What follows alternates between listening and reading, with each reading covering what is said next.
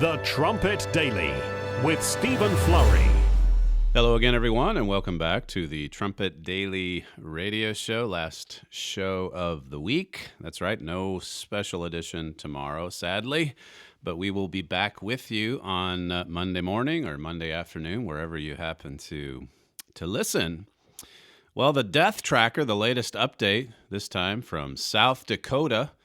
South Dakota, the upper Midwest state, population, I think 900,000 as of this morning. 17 deaths coming as a result of COVID-19. You might remember back on April 13th, so this takes us back more than 2 weeks ago, the Washington Post said that South Dakota, mainly this meat processing plant, was the nation's hotspot for coronavirus. It had one of the largest single coronavirus clusters in the United States. And as of today, over 2 weeks later, 17 deaths.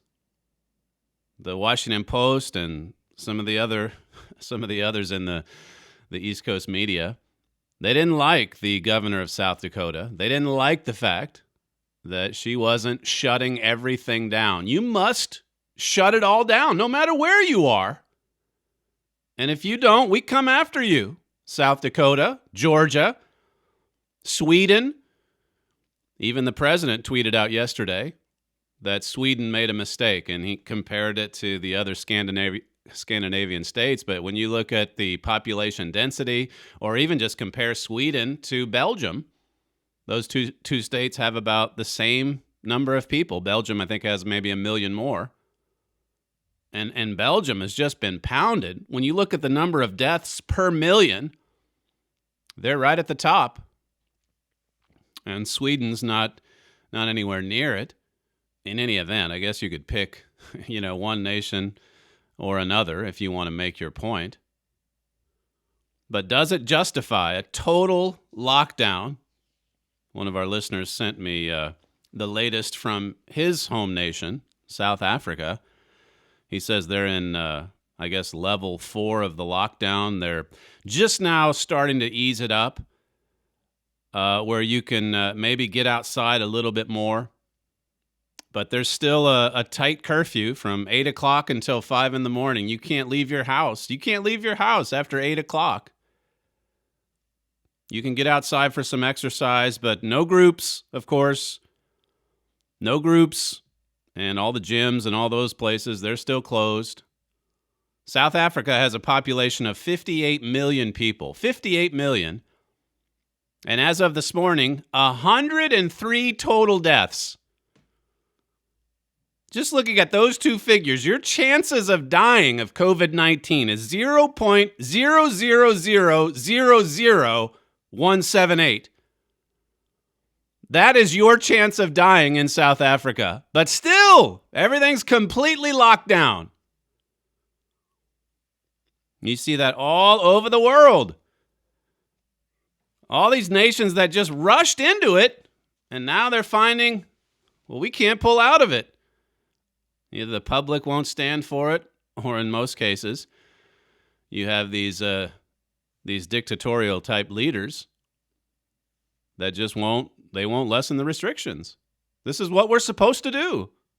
As I've covered before on the program, yesterday I reviewed one of our classic articles on the radical left. It's in this particular magazine going back to January of 2016. I don't know if you can turn this video on here. In any event, it's from my father 4 years ago, 4 years ago. The dangerous turn, or rather the title was The Roots of America's Dangerous Turn Left. And some of the content from this piece, it later appeared in the Great Again booklet as well. And I'll get to some of the other things that he's written over the years on the subject of the communist infiltration he wrote about. That's in He Was Right, I think it is. But the dangerous turn left. It says here, during the Cold War, this is my father in January 2016, during the Cold War, there was a lot of fear within America about the spread of communism. Today, most Americans no longer consider it a threat of any concern. Now, that's pretty amazing when you think of it. Coming out of World War II, and you can understand why. The Iron Curtain lowers in Eastern Europe, or divides Europe in half. And communism has a death grip on so many nations. It spreads into China, which had a massive population. And so the Cold War went on for decades.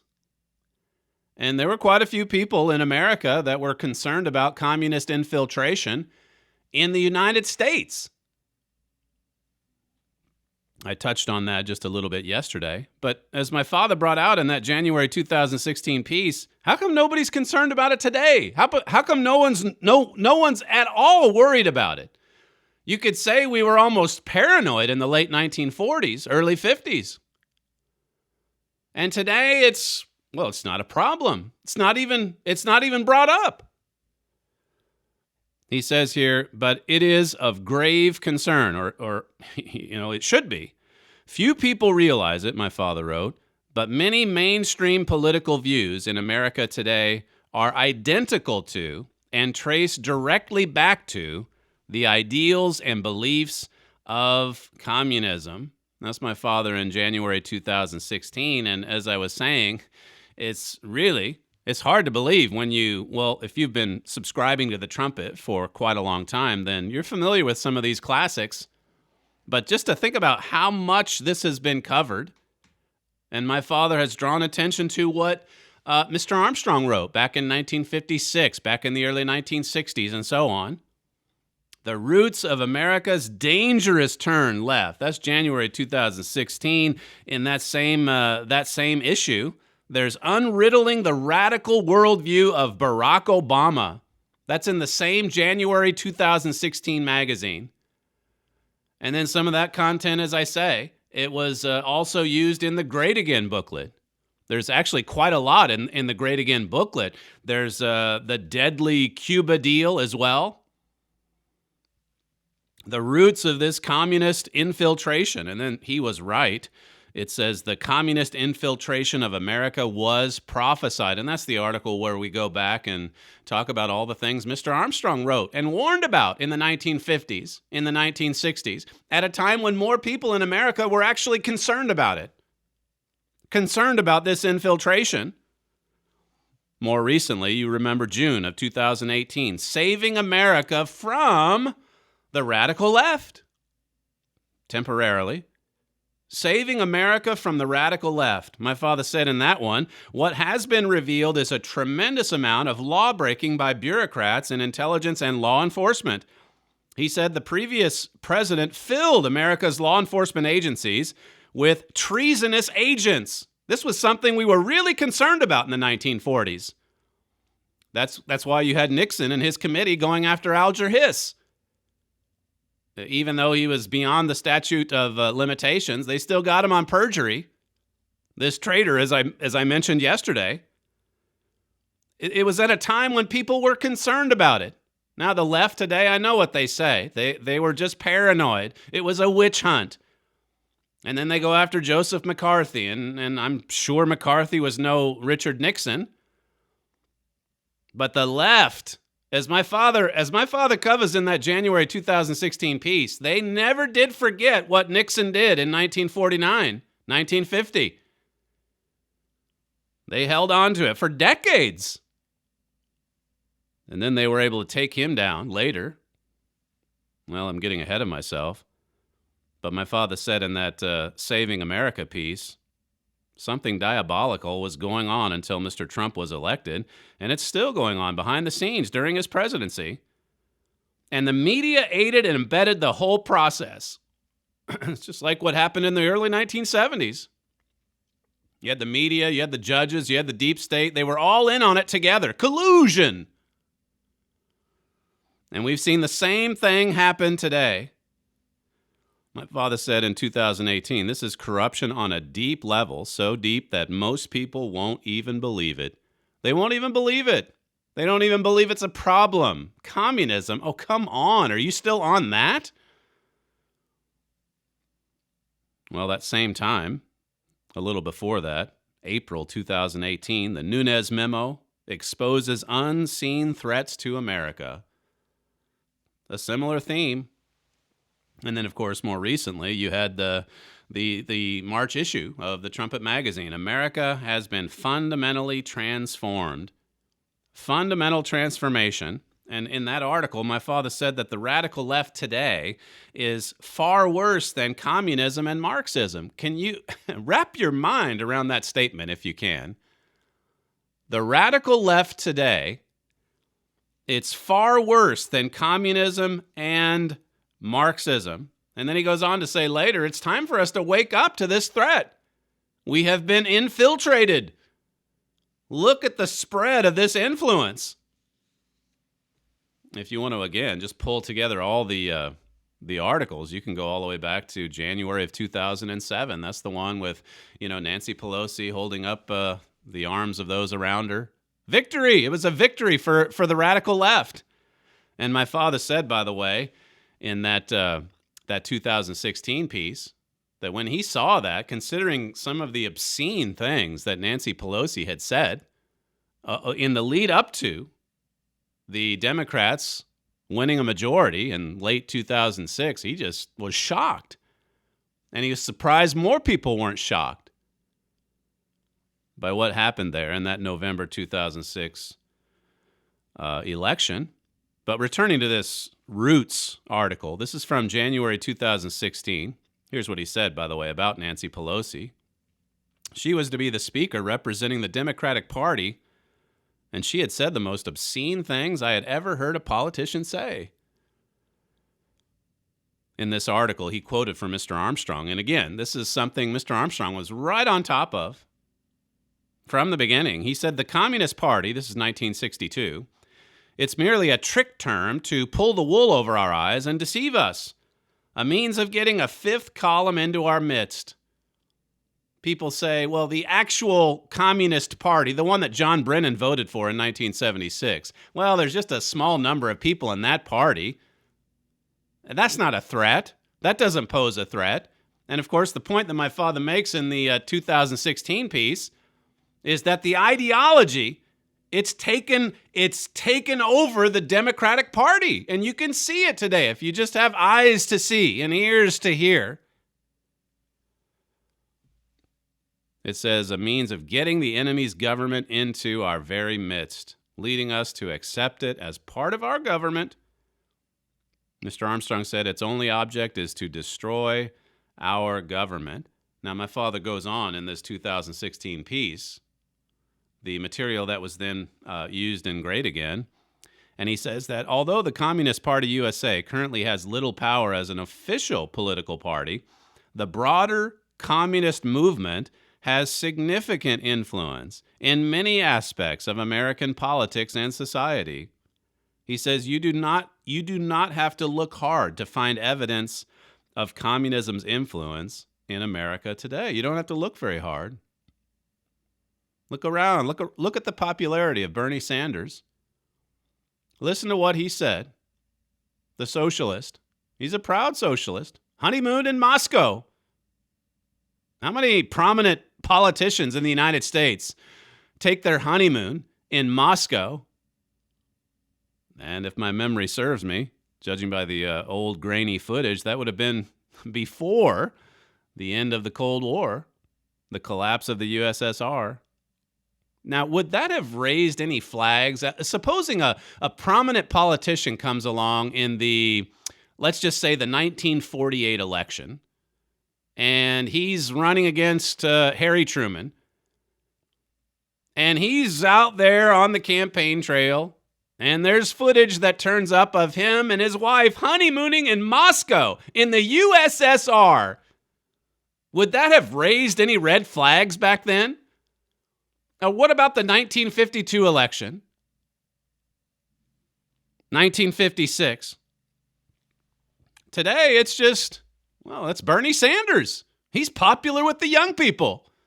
And so is AOC, and so is Ilhan Omar. And then there's Barack and Michelle Obama, and their mentor, Frank Marshall Davis, a proud communist. He made no bones about it. And that's the one who brought up little Barack, future president of the United States of America. And Barack Obama, well, he brought in people like John Brennan. Voted for the Communist Party USA, 1976. You would have thought that would have raised some red flags in the CIA when he was being considered for the position. I forget where he worked before he became the CIA chief, but he was in government back in the 1980s. I guess it's just not all on Barack Obama. What was the State Department or the DOJ or wherever he worked in the 80s? What were they thinking? He voted for the Communist Party USA in 1976? I don't think Alger Hiss even did that. But today it's not a problem. Today it's not seen as a big deal. That's what my father said in that 2016 piece. And yet, as he wrote, the new left is almost identical to the Communist Party. The champions of the movement had stunning success in working their way into key positions in today's Democratic Party. Look at the radical left today. Is it any different from communism?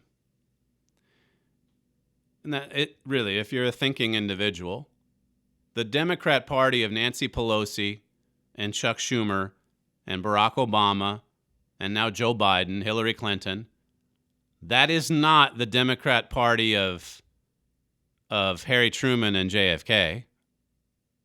Not even close.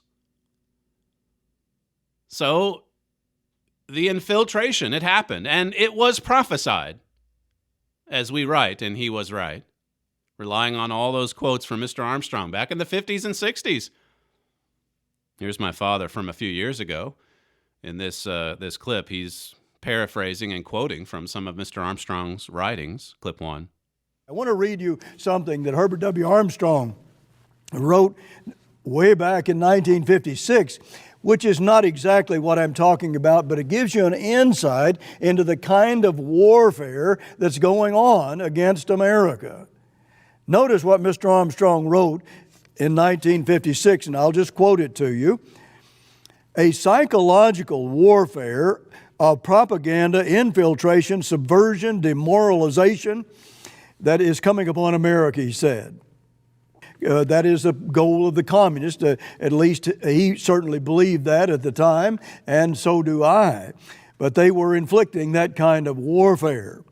He continues by saying it is a warfare that has attacked our minds and moral and spiritual values, rather than our bodies and our earthly possessions. He said it's a kind of warfare we don't understand or know how to cope with. It uses every diabolical means to weaken us from within, sapping our strength, perverting our morals, sabotaging our educational system, wrecking our social structure, destroying our spiritual and religious life, weakening our industrial and economic power, demoralizing our armed forces, and finally, after such infiltration, overthrowing our government by force and violence. That's my father from 2014, quoting from Mr. Armstrong back in 1956. And my father has said, look, this threat, this attack, it's far more significant than most people realize. In fact, we're staring at it. We're staring at it right in the face. So he wrote about this, my father did, several years ago. And then what's fascinating to me, and it was yesterday when I was reviewing that 2016 article, is that when you look at what's happening in our world today, during this present world crisis, Dennis Prager had a piece on the dress rehearsal for our police state. He said here, the case with which police state tactics have been employed and the equal ease with which most Americans have accepted them have been breathtaking. So we've just gone all along with it. And again, going back to that quote from my father, the significant influence of this communist ideology. And that's what Prager's noting here, that we have just gone right along with it. It's breathtaking to him.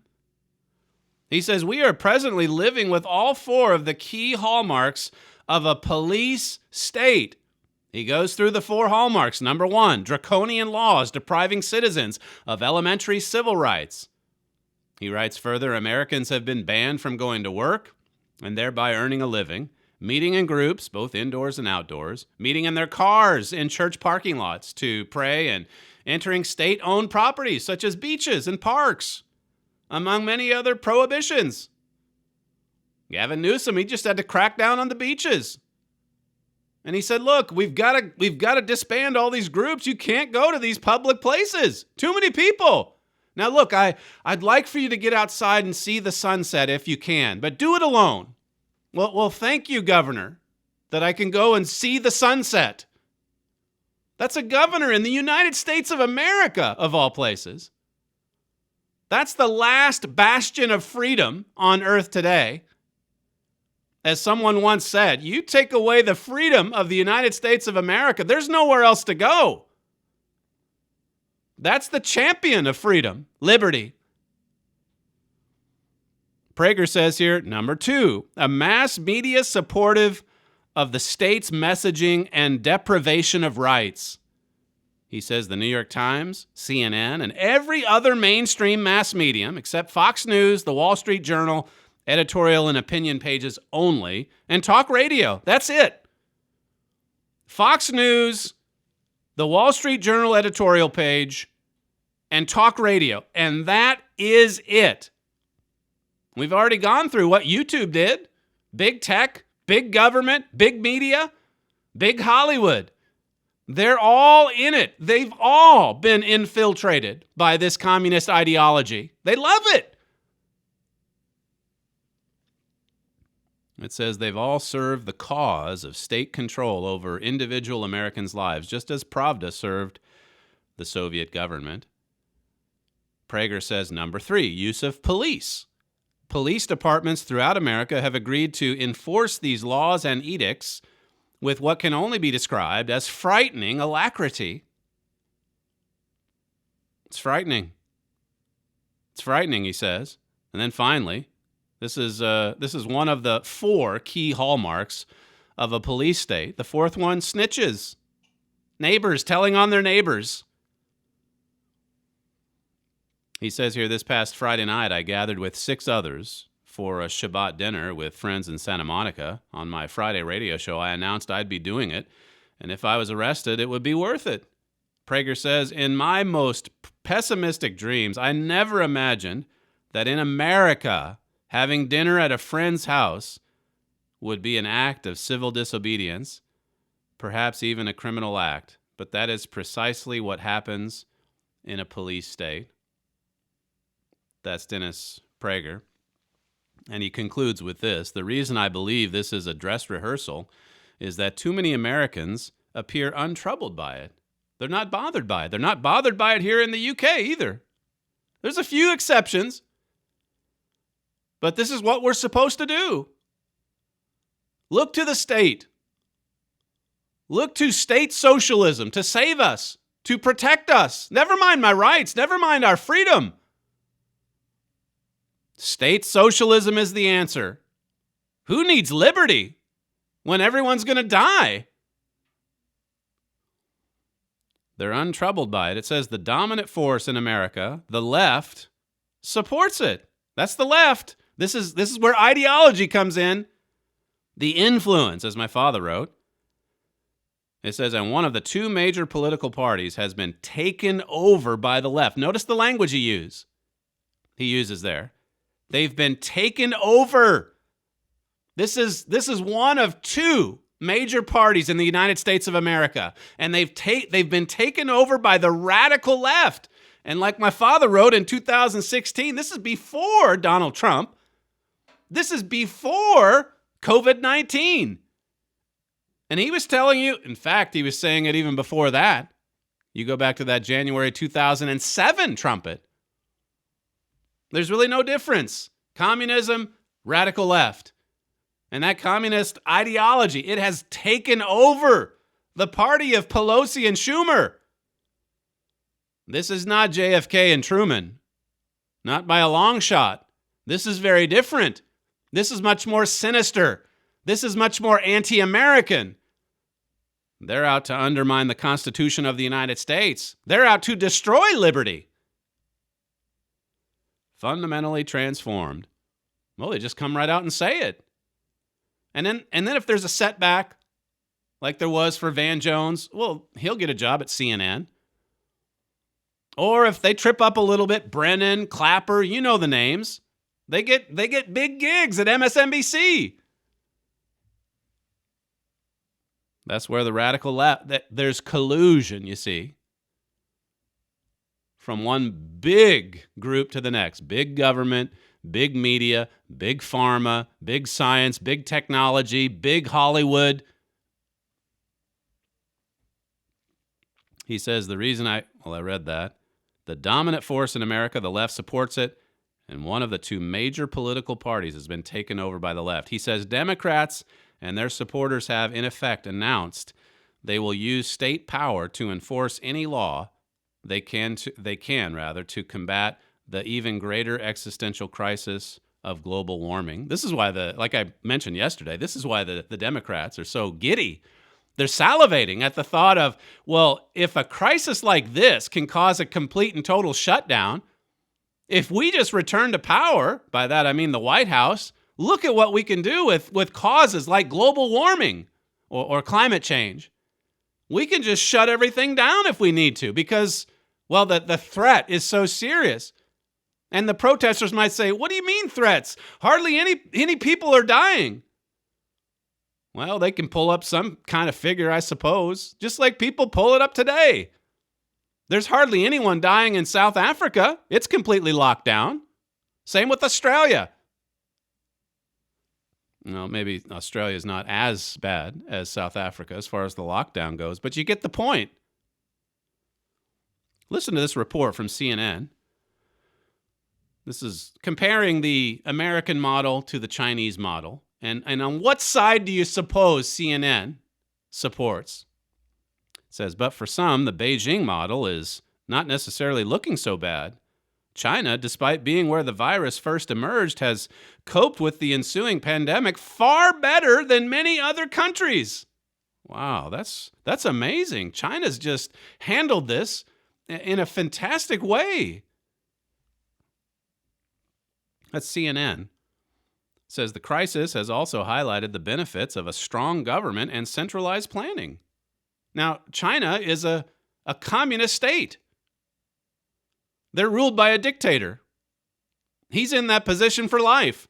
And this is CNN, one of the biggest cable news networks in the world, headquartered in the United States. This is CNN. Praising the strong government and the centralized planning of the Chinese communist state. This author says that they expose the limitations of private industry. You see?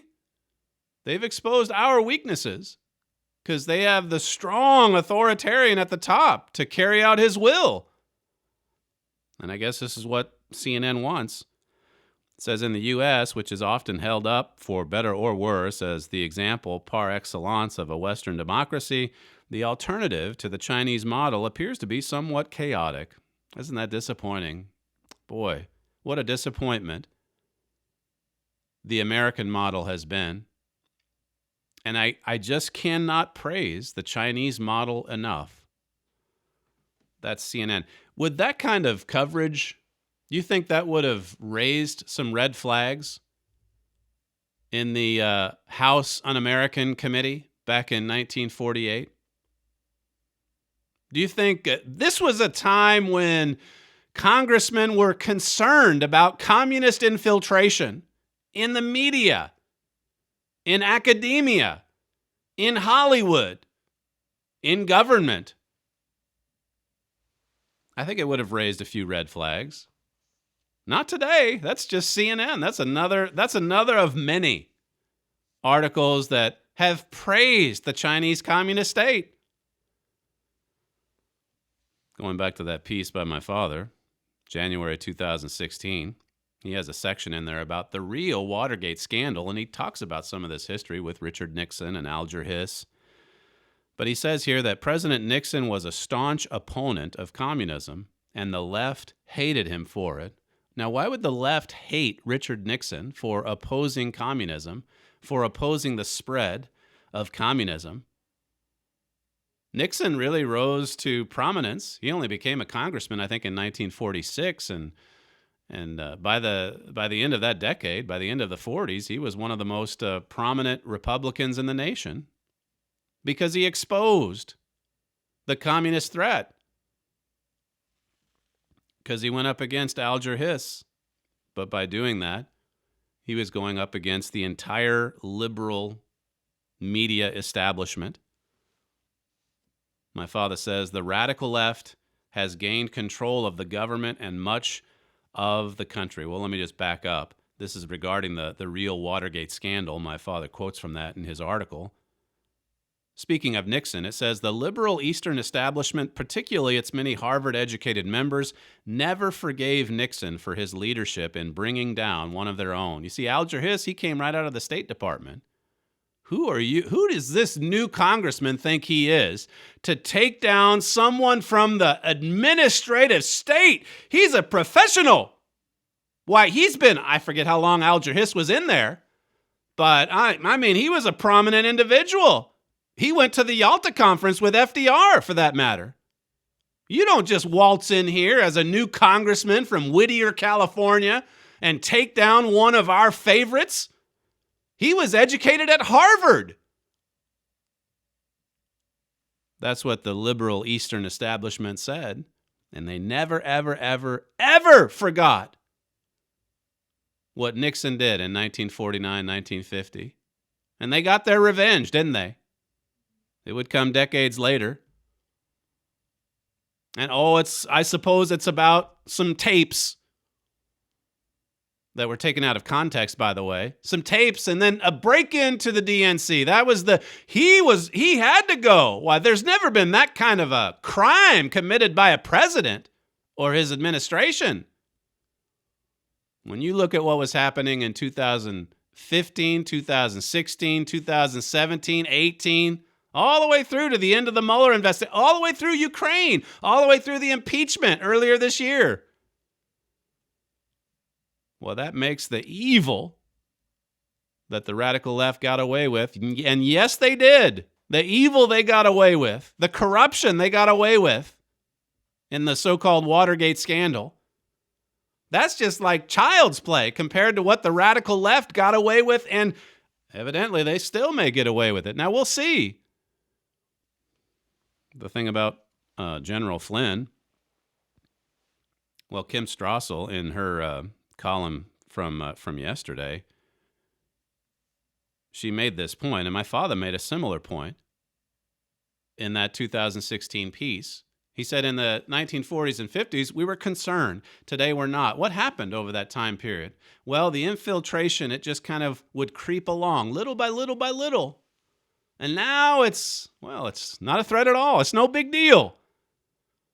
That's because the ideology has spread. Richard Nixon, when he was running for Senate in 1950, he ran on the slogan, "You have a choice between freedom and state socialism." He fought against the spread of communism from the beginning. And by doing so, he was going up against a lot of enemies of the state, as it turns out. That spirit is still there. It's even stronger. It's much stronger. The party of Pelosi and Schumer, as compared to JFK and Truman. Kim Strassel says regarding the Flynn affair, one of the frustrations of the Trump-Russia collusion narrative is that the evidence of law enforcement's abuse of power keeps emerging in dribs and drabs. You see, it just comes out little by little. And then the radical left today, they can say, oh, come on, Flynn was he was a bit player. You're still on Flynn? Didn't he lie to Vice President Pence? So what are you fussing over? What's the big deal? Comes out in dribs and drabs. So Strassel says you've got to go back and you've got to see this in the big picture. To grasp the outrageous conduct fully, the Flynn documents need to be added to what we already know. The overall evidence paints a scandalous picture. Having labored and abysmally failed in 2016 to build a case that Mr. Flynn was an agent of the Russians, the FBI and the Justice Department changed gears, rifling through his communications, inventing a fake crime, and entrapping him on a lying charge.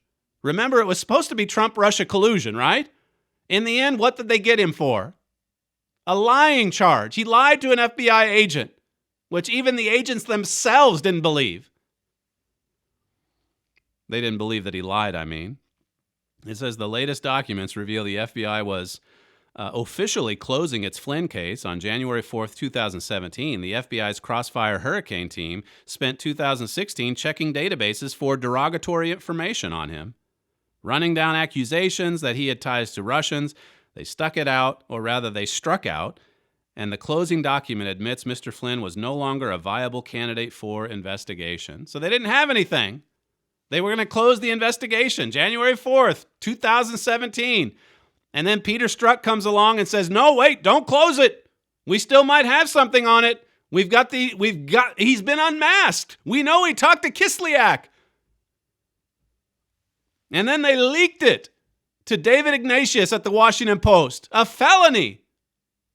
This is the Obama people. This is the radical left. The roots of the radical left. How deep is it? Where does it go? If you've been reading the Trumpet, you know a little bit about that. It says here, then she talks about the case being reopened. Why did it change?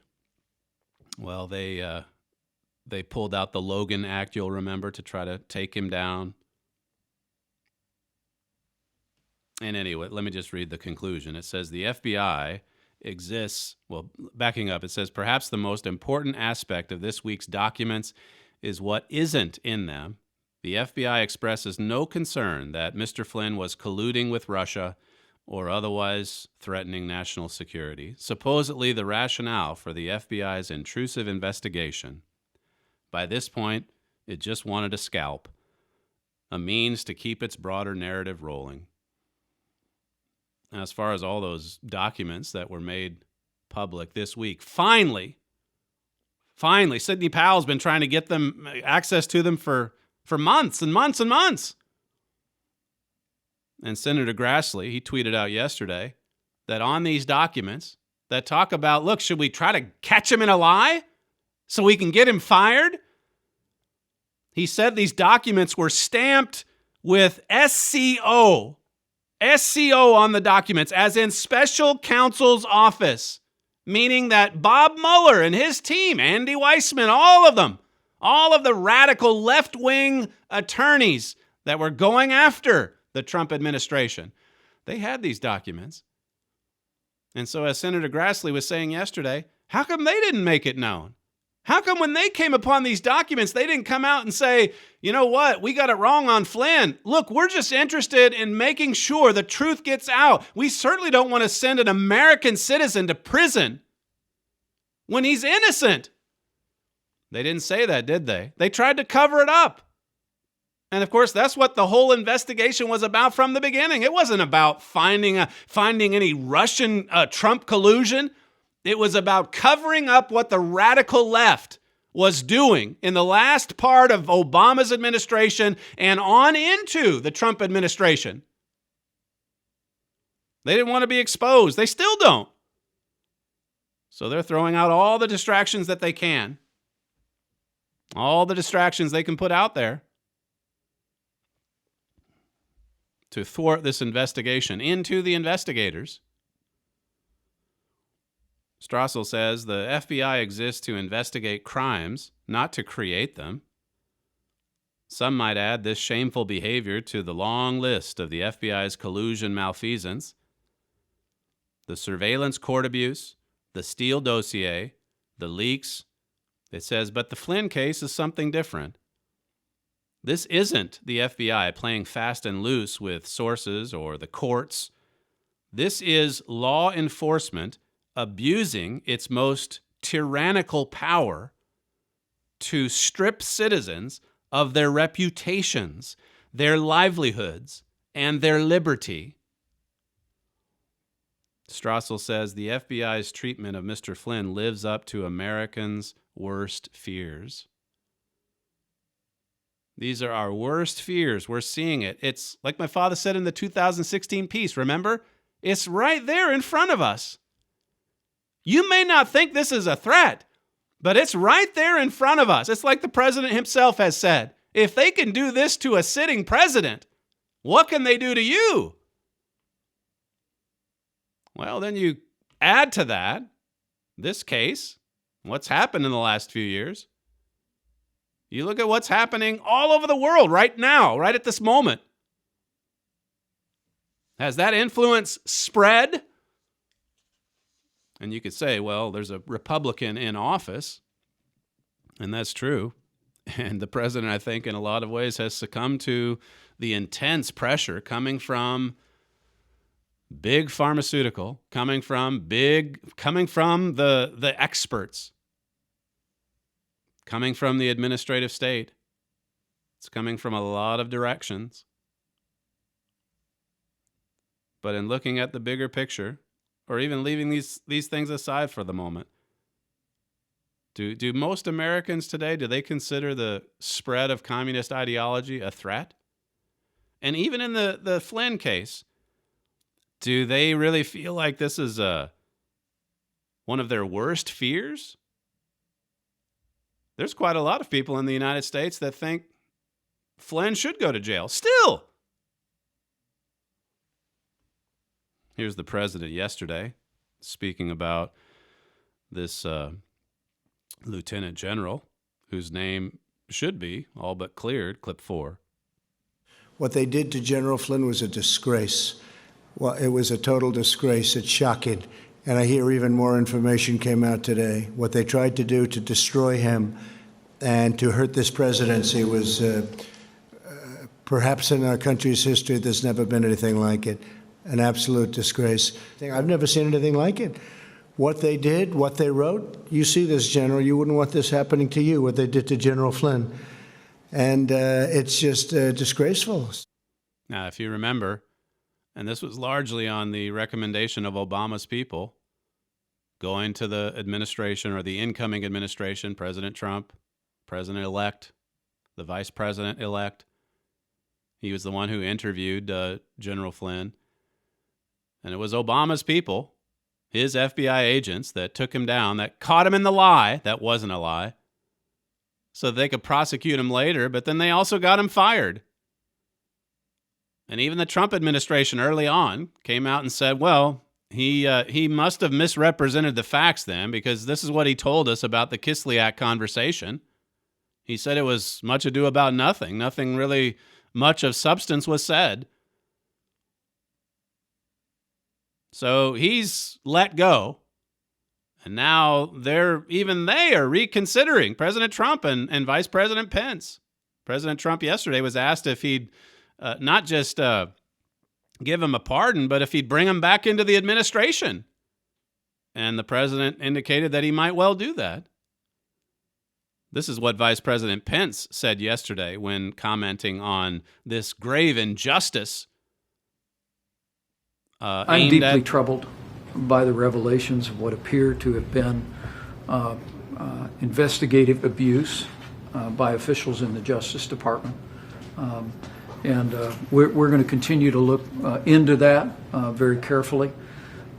My respect for General Flynn personally, for his service to the country, is undiminished, and I'm inclined more than ever to believe that what he communicated to me back during the transition leading to our inauguration, that was unintentional and not and that he was not attempting to misrepresent facts. So now they believe that he wasn't misrepresenting the facts. So who was? That's the question. We're America. We pride ourselves in a smooth transition to the next administration. Even Barack Obama, I can remember him saying that at the last part of 2016. Of course it's going to be a smooth transition. Were these good actors in the Obama administration just handing over the reins of government to President Trump's people? Or were they trying to get his people fired and prosecuted and spied on? Well, you know the answer to that.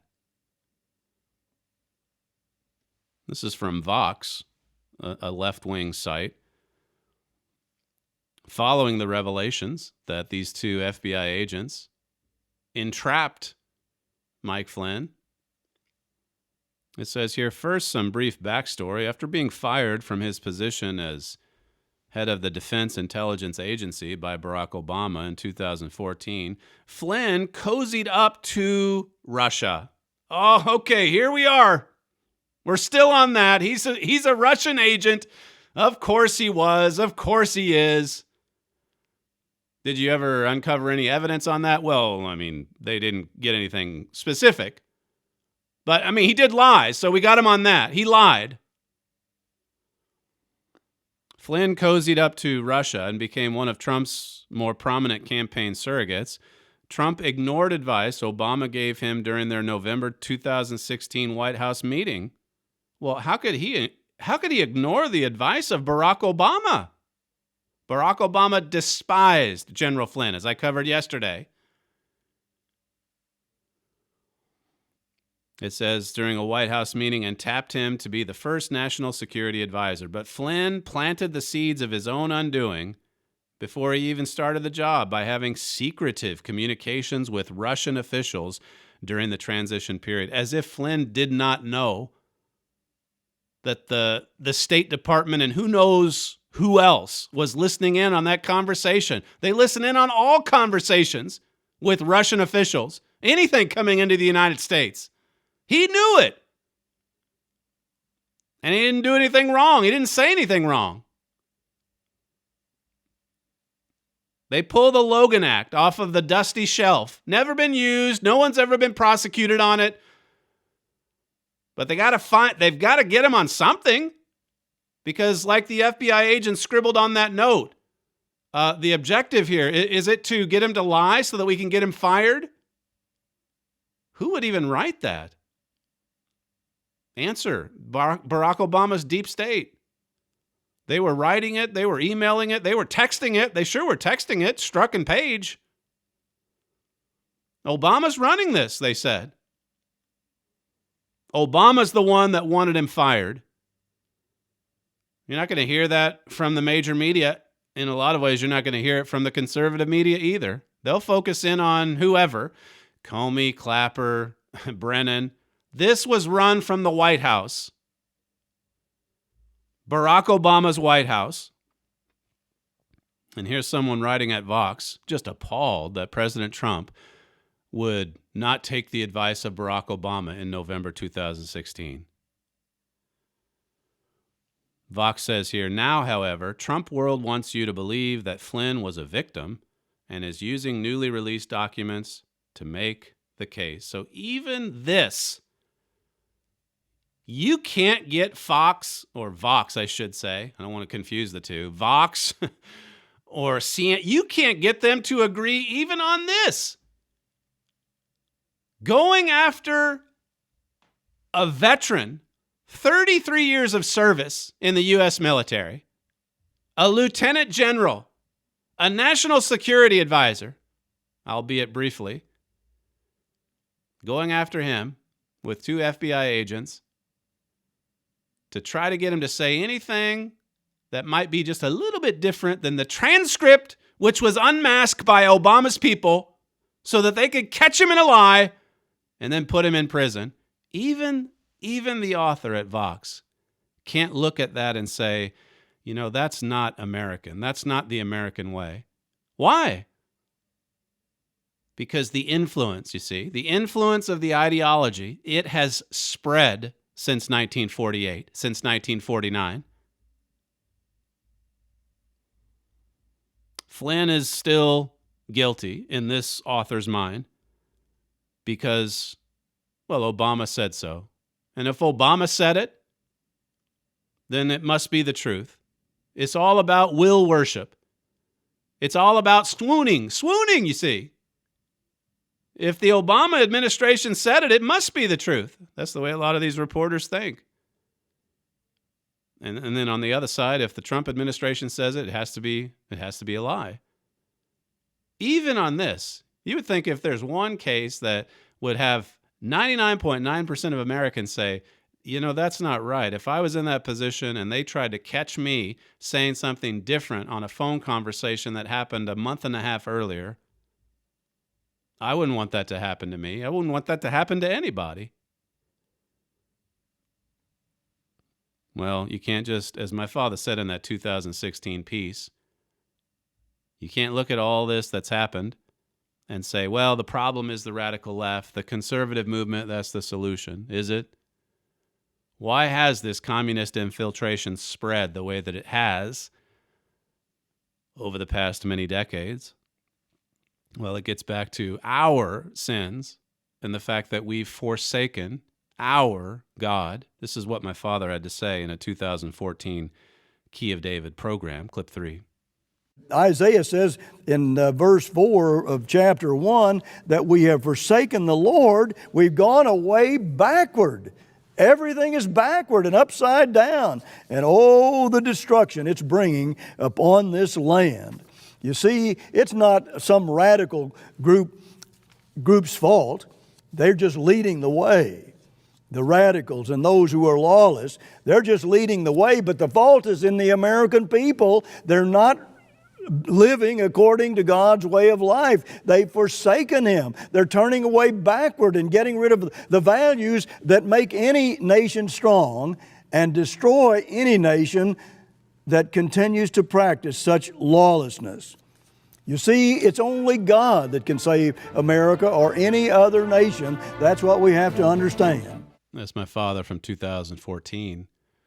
And the same, what he said there can apply not just to what I've covered here in the last few minutes, but with what we're seeing in this worldwide crisis right now, forsaking our God, and we're just left to ourselves, groping in the dark, trying to figure out a way out, trying to figure out a solution, and we just can't find it.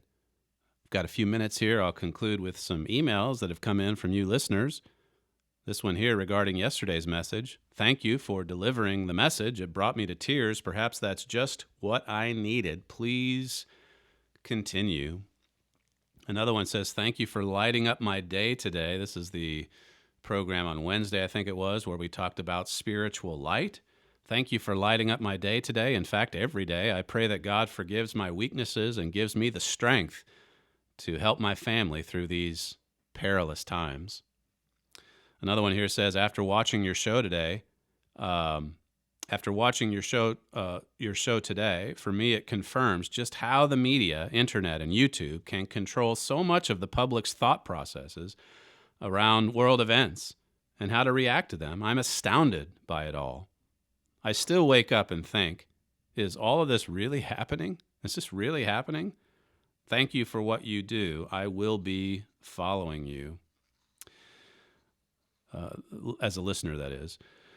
This one from Canada, it says, as always, brilliantly spoken truth concerning news events and teaching truth for listeners on your daily program. Thank you. When God is at the head of one's work, it reveals itself gloriously.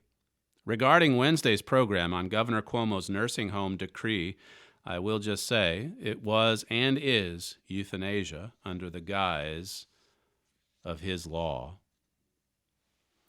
Another one here from Australia says, I love hearing all the programs that have been put together, and thank you for the time and effort that goes into preparing each one and the taxation it must have on your voice. It's a beacon of reason in an irrational time. My wife, by the way, does make me some nice tea in the afternoon from time to time. She says it's supposed to be soothing to the vocal cords, so sometimes I do get a little raspy. Particularly when I raise my voice from time to time. I've got doctrines after this, though. I need to save a little juice for you guys, Parker. I'll do my best. It says, just had a thought while listening to your program where you mentioned Pelosi saying that this was one of America's worst crises.